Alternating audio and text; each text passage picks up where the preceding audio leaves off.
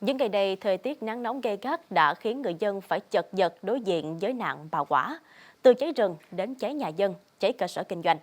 Vào trưa ngày hôm qua, thì một vụ cháy lớn đã xảy ra tại cửa hàng kinh doanh ống nhựa sắt thép của ông Nguyễn Văn Hải ở ấp Vĩnh Phước 2, xã Vĩnh Phong, tỉnh An Giang. Do là có chứa nhiều vật liệu dễ cháy, lửa nhanh chóng bùng phát dữ dội, khói đen bốc cao hàng chục mét, bao trùm cả khu dân cư.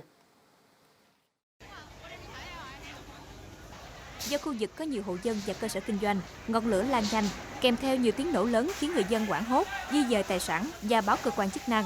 Nhận được tin báo, lực lượng chức năng công an xã Vĩnh Phong cùng các đơn vị lân cận và người dân nhanh chóng khống chế, ngăn cháy lan. Sau 1 giờ tích cực khống chế, đến khoảng 13 giờ cùng ngày, đám cháy được dập tắt hoàn toàn.